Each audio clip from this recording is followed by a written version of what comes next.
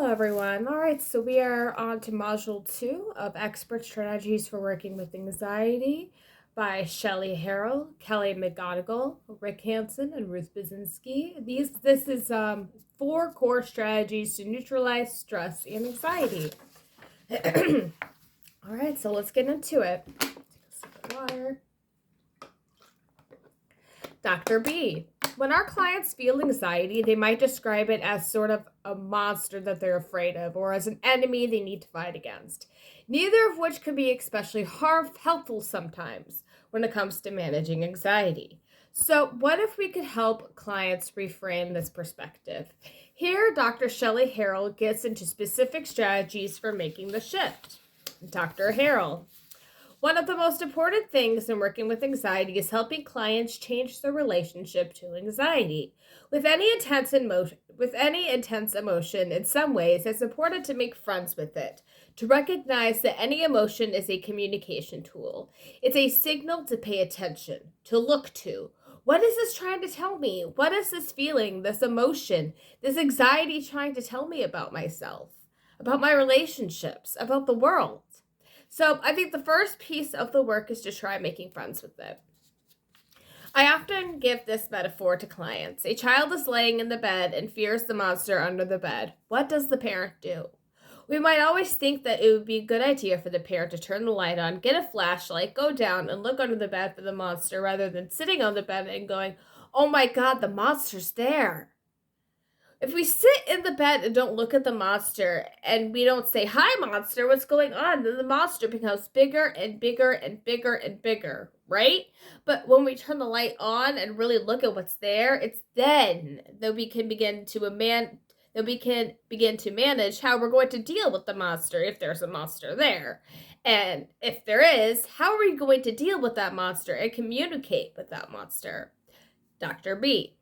That's a helpful metaphor because our client's fear of the anxiety monster is only going to escalate their anxious feelings. So staying with Shelly's analogy for just a moment more, how do we help someone manage this particular kind of monster? Dr. Harrell. One way of managing anxiety is to find a message and meaning in it. I believe meaning-focused work can be helpful with many issues. One of the dynamics that present barriers to managing anxiety has to do with focusing on the future or the past and not being able to stay focused in the present. If we think about worry, it's focusing our attention on the future. If we think about rumination, it's focusing our attention on the past. Worry and rumination both take us out of the present. So intervening in ways that help people ground themselves in the present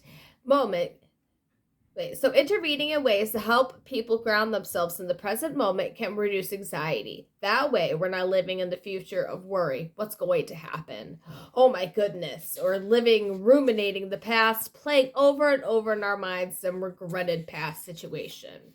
This is a metaphor that many people have heard, and it's attributed to Cherokee people, the story of the two wolves. The grandfather is telling his grandson, there is a war going on inside of me between two wolves, and one of the wolves is very, very evil and bad and is filled with anger and arrogance and envy and all these negative emotions. And the other wolf inside of me is really good and filled with empathy and love. And the same fight is going on inside of you, my grandson, and going on inside of everyone.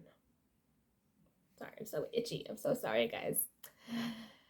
And the grandfather pauses, and the grandson reflects for a moment and asks the grandfather, well, which wolf is going to win, right? If it's a fight, which wolf is going to win? And the grandfather pauses and says, the wolf that you feed. So that idea that it's what we feed that grows, and if we're feeding anxiety and fear and anger, if that's what we're focusing our attention, then that's what's going to get bigger and bigger and bigger. If we feed kindness and love and self-compassion, then that's what's going to get bigger. One of the things that I'll work with clients on is what their life would look like if they fed the good wolf. If your energy was put towards feeding the good wolf, what would that entail? What would you need to do differently to nurture and put energy towards those things? Dr. B. So, if our clients feed the wolf of rumination and worry, that's the wolf that will take over. That's why we need to give them something that feeds the opposing side. A little bit later in this video, you'll hear the key ways that a client can change their relationship to anxiety and feed that good wolf. But before we get to those, let's go back to Shelly. When working with anxiety, she often uses what she calls the 4 core strategies. These are specific methods for helping clients manage stress and anxiety. Dr. Harrell. The first one in relationship to what I was just sharing, and it's called the FACTS, FACTS, Foundational Attention Centering Techniques. The FACTS are like meditation, breathing, and visualization. These are strategies for clients to focus their attention in different ways, and these are skills that can be learned. Particularly for people who have a lot of anxiety, being able to ground themselves in the present, in their bodies, in their breathing, and assemble a visualization or a mantra is centering and meaningful to people. So that's one set of the core 4 strategies. Again, the FACTS, Foundational Attention Centering Techniques. By the way, it's either said mantra, I don't know. The next cluster of techniques that I think is helpful for anxiety are the expressive creative strategies. So how can we find avenues for expression? We can help people identify whether it's expressive arts. We can help people identify whether it's expressive arts, drawing, painting, finding expression for the turmoil that's inside, active creative activities, problem solving in terms of inventing something or fixing something, where the attention is on using cognitive processes in the service of creativity. Creating arts as well as daily things, fixing a car, working on a car, having those kinds of outlets are creative expressive strategies. Or physical movement, dance, sports, athletics, things where we are engaging in expression. So that's the second. The third is reflection exploration strategies. Another set of techniques for managing anxiety would be, as I mentioned with the other question, journaling, writing, avenues for reflection where we can take a step back and get a little observing self-activated. Really ask ourselves questions about what am I thinking? What am I feeling? Self-monitoring. When do these things come up? What triggers my anxiety? So the reflection exploration is about getting to know yourself better. Adding strategy that can help you be aware of. Again, the triggers to be aware of the thoughts and feelings. That could also involve dialogue, talking with someone, having a sounding board for one's thoughts and feelings. Again, reflection, reading, learning, reading articles, getting informed. That gives you a stimulus for reflection. So the first 3, the FACTS, the expressive creative strategies, the reflection exploration strategies. And then the 4th is what I call healthy lifestyle and values congruent self-care. We're looking at 4 areas of turning your attention. And again, all these have a commonality of where we put our attention. Turning our attention to healthy habits, healthy relationships, healthy pleasures, and a healthy world. So what kind of healthy habits can we develop? The healthy habits that relate to diet, nutrition, and exercise all help with anxiety management, healthy relationships, healthy pleasures. Dr. B. So, as Shelly explains here, there are 4 sets of strategies that can help someone manage anxiety in a positive and empowering way. First, there are the foundational attention centering techniques, the FACTS. These include the strategies that help a client focus their attention on something other than anxiety. Second, there are the expressive creative strategies, drawing, dancing, fixing a car, anything that helps a client express what's going on inside. Third, there are the reflection exploration strategies that help Clients become observers of their own thoughts. And fourth, there's healthy lifestyle and values congruent self-care. Each of these can be helpful because they highlight what's meaningful in the client's life. This is important because it shifts their relationship with anxiety away from fear and worry. But what if these strategies become a crutch? We'll dig into how strategies meant to empower clients can turn problematic in Module 5 with Dr. Sue Johnson. But for now, let's look at how Shelly used one of her 4 core strategies to help one client manage anxiety. Dr. Harrell. So one of the clients that I think about with anxiety is a young woman who was pregnant when she came to see me. She was about 29, late 20s, and had just broken up with the man who was the father of her child. And the breakup was public. By that, I mean it was a social media event within her social media setting.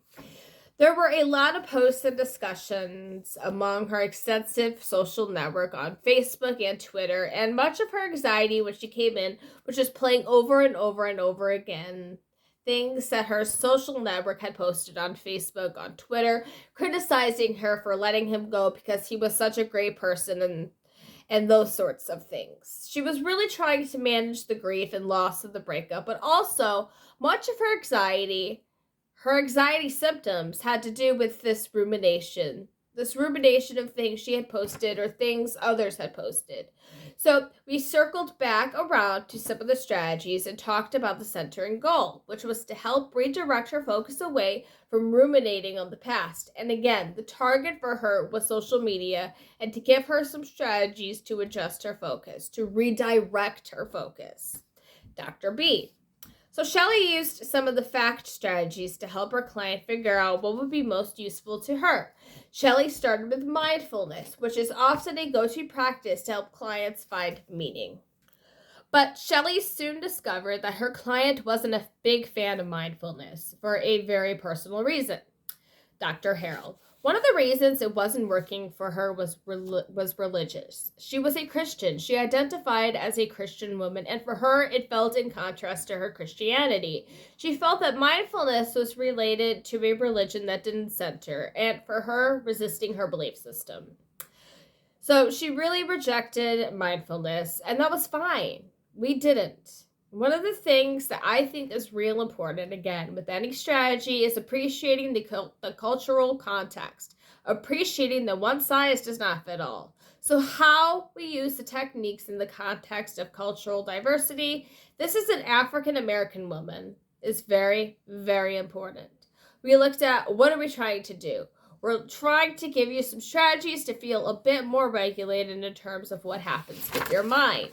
She felt like her mind was just out of her control. One of the things that was useful for her was using music as a regulating strategy.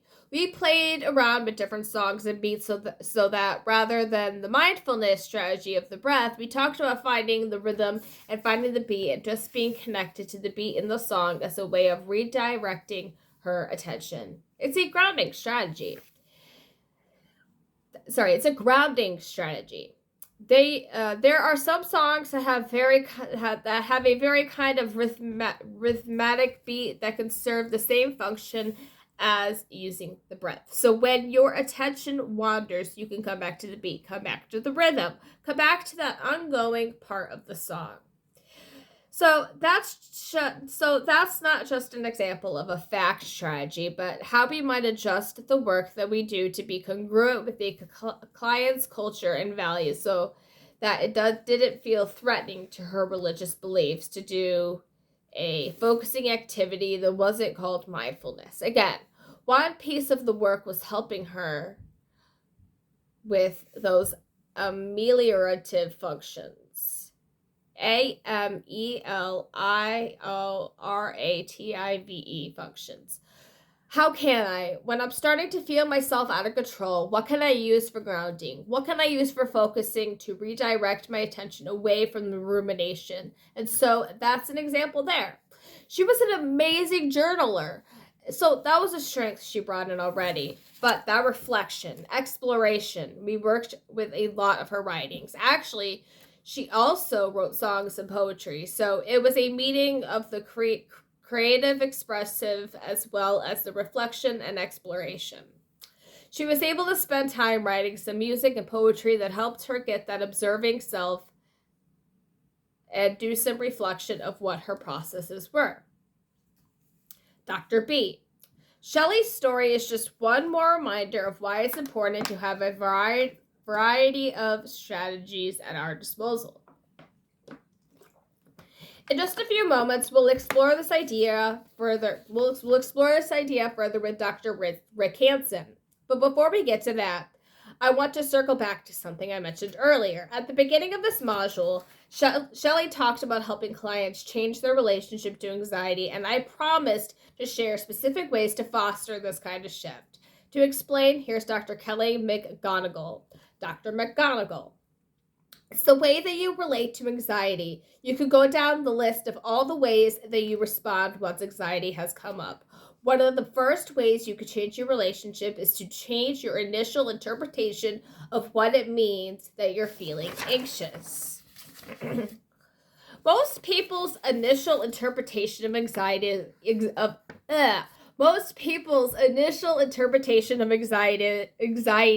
is something really is wrong, or something really bad is going to happen, or there's something really wrong with me. I don't belong here. And one possible other interpretation is this anxiety is arising because I care about this. I care about this person. I care about this situation. There are other possible interpretations. This is a moment that matters. Or anxiety is arising because anxiety is how I do life. I mean, there's a lot of different interpretations you could have, but that's one relationship you can change. That very first thing you say to yourself about what you believe it means. You can also change your habits of behavior, which is the sort of non-avoidance. If you know that when you feel anxious, the first thing you do to try to escape it by avoiding the cause of the anxiety. Maybe you start to work on that behavior if that happens. Maybe you notice when that's not possible. You try to numb what you're feeling with a drink or with food. Maybe you start to change that habit. You can also change your relationship to your anxious self. You can have more compassion for the part of you who is anxious rather than feel like you were the right kind of person. Rather than feel like if you were the right kind of person, you wouldn't have anxiety. There's something wrong with you. There's something wrong with your brain. That sort of broken brain model of anxiety. You could also develop different breaks for the anxiety. So what do you do when the anxiety feels like it's spiraling out of control? Most people's attempts to break it are avoidance or control coping, where people have rituals where if they do something, they can make themselves feel better. And as I mentioned that in dysfunctional anxiety, often people are insensitive to safety or support to you. So something that you can change your relationship to is when you're trying to put a brake on the anxiety spiraling out of control, you can maybe think about attending to safety cues or support cues. In this moment, are you safe? Are you breathing? Who supports you? Who cares about you? The resources that I know we're going to talk about, there are a lot of other things you can use as brakes to the system spiraling out of control. So those are all the things that I would consider part of your relationship to anxiety. And the great thing, as we've been talking about, when you change these things, you really do change your experience of anxiety. And sometimes the anxiety goes away, sometimes it doesn't. But you have so much more freedom and flexibility in response to the anxiety. Dr. B. What Kelly just shared relates to what Shelly pointed out at the beginning of this module. Working with anxiety is about making meaning from it. We can help clients do that by looking at their responses to anxiety. What do they tell themselves about anxiety? How do they behave because of anxiety? How do they care for themselves when they are anxious? And what do they do to slow the spiral of anxiety? All of these are choice points that can move the frame from worry to ease. But let's circle back now to what Shelly said earlier about taking a client's culture and background into consideration. Here's Dr. Rick Hanson with his take. Dr. Hanson. Some water here.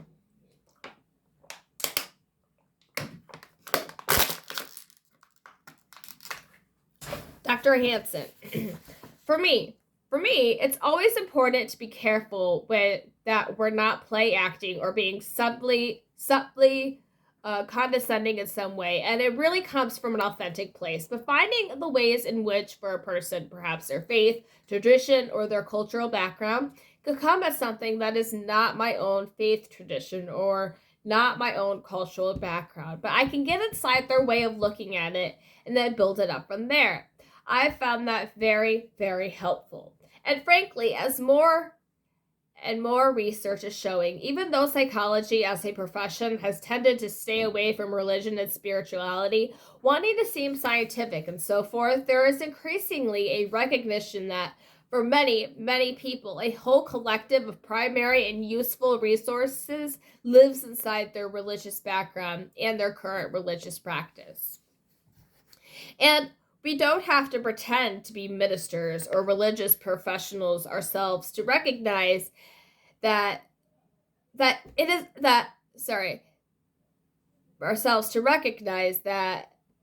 is a psychological resource that we can draw upon. I'm going to redo that whole sentence because and we don't have to pretend to be ministers or religious professionals ourselves to recognize that. That is a psychological resource that we can draw upon with respect from the inside out for that particular person. And that's been personally interesting because it's prodded me to cast loose of my familiar moorings into really the world of another person, and also be more resourceful ourselves, to realize that there are plenty of resources inside the mind of a client that we might not have thought of because they come from outside our own frame of reference. Dr. B. When we're working with clients to make a meaning out of anxiety, we need to be connected to what's meaningful for them. With a firm base in what's most important to them, we can use strategies to help our clients begin to make incremental but vital shifts toward healing. In the next module, we'll explore the variables that we can often manipulate to help clients change the equation of anxiety. I'll see you there.